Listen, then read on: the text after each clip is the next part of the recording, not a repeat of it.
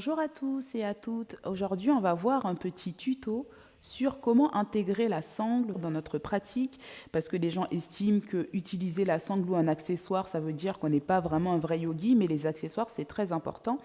Et aujourd'hui, on va voir trois postures distinctes. La première posture, ça va être la posture de l'arc à quatre pattes. Donc, on va voir comment amplifier nos ouvertures de cœur avec la sangle. La deuxième posture, ça va être le king dancer, donc avec le pied qui se ramène au niveau de la tête.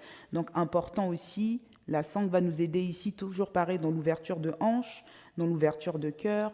Et la dernière posture, Pincha Mayurasana, l'équilibre sur les avant-bras. Dans le Pincha, on a souvent tendance à ramener les bras trop sur les extérieurs. Et là, justement, la sangle va nous aider à bien garder nos bras parallèles. Donc voilà, à tout de suite. En posture assise à l'arrière du tapis et on part de notre posture du quatre pattes. Donc à la base ici, la posture, c'est je soulève ici le pied et je viens attraper ici mon pied avec ma main opposée. Donc pour venir dans mon arc. Je peux m'aider dans cette posture de ma sangle. Donc cette fois-ci, c'est pas ma main qui attrape mon pied, mais ça va être la sangle. Donc je viens enrouler ici mon pied droit à l'intérieur de ma sangle.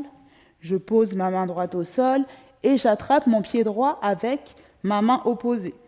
Donc c'est ma main gauche qui vient attraper ma sangle. Ma sangle, elle enroule mon pied droit et je tire ici mon pied vers le plafond. Ma main droite ici repousse le sol. J'ouvre ici ma poitrine. Mon pied au sol, le pied gauche est flex ou pointé. Ici, la sangle, ça m'aide ici à ouvrir dans la hanche et à chercher plus d'amplitude dans la poitrine. Puis, je viens relâcher mon genou au sol.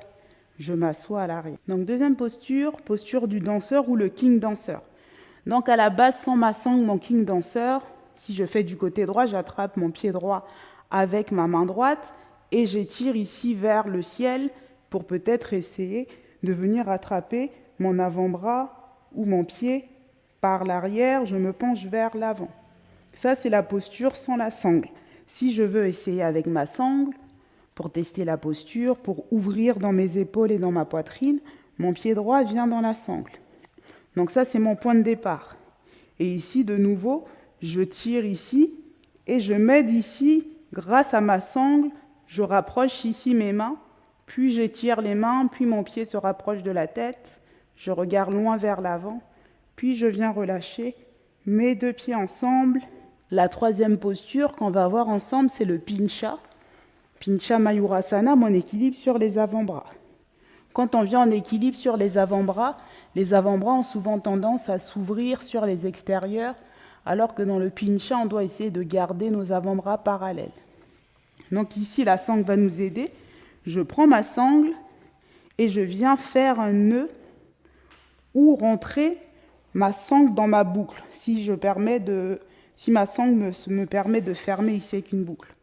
Donc j'étire, je ferme, et je viens rentrer mes avant-bras dans la boucle. Je ramène mes avant-bras ensemble. Si je vois que ce n'est pas assez serré, je tire un peu plus pour vraiment serrer au maximum et permettre à mes avant-bras de ne pas se détacher.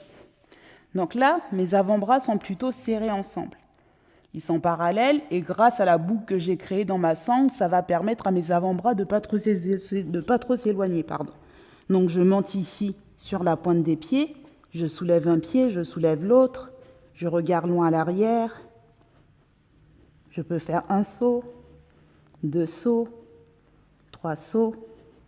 Et je viens chercher ici mon équilibre sur mes avant-bras et grâce à la sangle, mes avant-bras ne se décalent pas trop, je regarde à l'arrière, je pointe les pieds et je viens relâcher un pied l'un après l'autre au sol.